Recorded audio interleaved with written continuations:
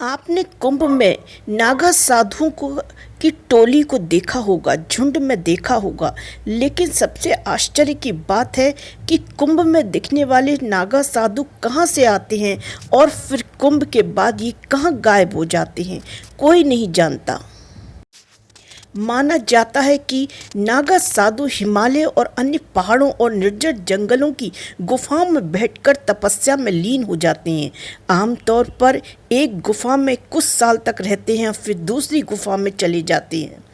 किसी को मालूम नहीं होता कि वो इन दिनों कहाँ और क्या कर रहे होंगे। कई बार बहुत से नागा बाबा इन दिनों सन्यासी वस्त्र भी धारण कर गमन करने लगते हैं। वहीं कुछ निवस्त्र बाबा गुप्त स्थानों में जाकर तपस्या करने लगते हैं।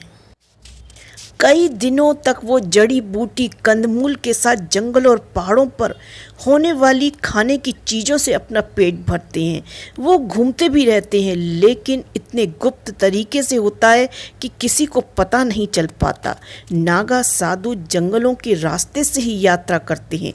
आमतौर पर वो लोग देर रात में चलना शुरू करते हैं। यात्रा के दौरान ये लोग किसी गांव और शहर में नहीं आते, बल्कि जंगल और वीरान रास्तों से में डेरा डालते हैं। रात में यात्रा और दिन में जंगल में विश्राम करने के कारण किसी को नज़र नहीं आते।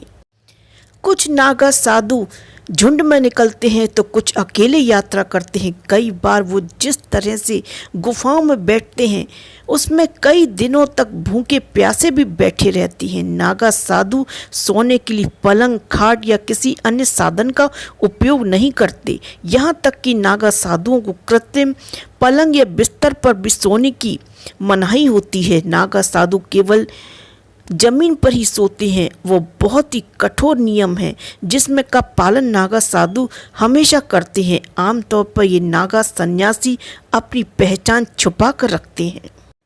नागा साधु हिंदू धर्म के बहुत बड़े रक्षक होते हैं। साथ ही वो भारत माता के लिए अपनी जान देने के लिए भी तैयार रहते हैं। जी हाँ, उन्होंने लड़ाइयाँ भी लड़ी हैं। हमारे नागा साधु जो समाज है उसने भारत माता के लिए कई लड़ाइयाँ लड़ी, लेकिन कभी भी हमारे संतों के बलिदान के बारे में हम नहीं जानते। न जाने क्यों भारतीय इतिहास नागा साधुओं के युद्ध को हटा दिया गया। लेकिन जब औरंगजेब के काल में जब मुगलों ने हमारे काशी मंदिर पर आक्रमण किया तो करीब 2000 साधु संत शहीद हुए थे अपने मंदिरों को बचाने के लिए। उन्होंने दुश्मनों को एक कदम भी आगे नहीं बढ़ने दिया। ये वो वक्त था तब जब नागा साधुओं की एक हाथ में तलवार थी तो दूसरे हाथ में शास्त्र।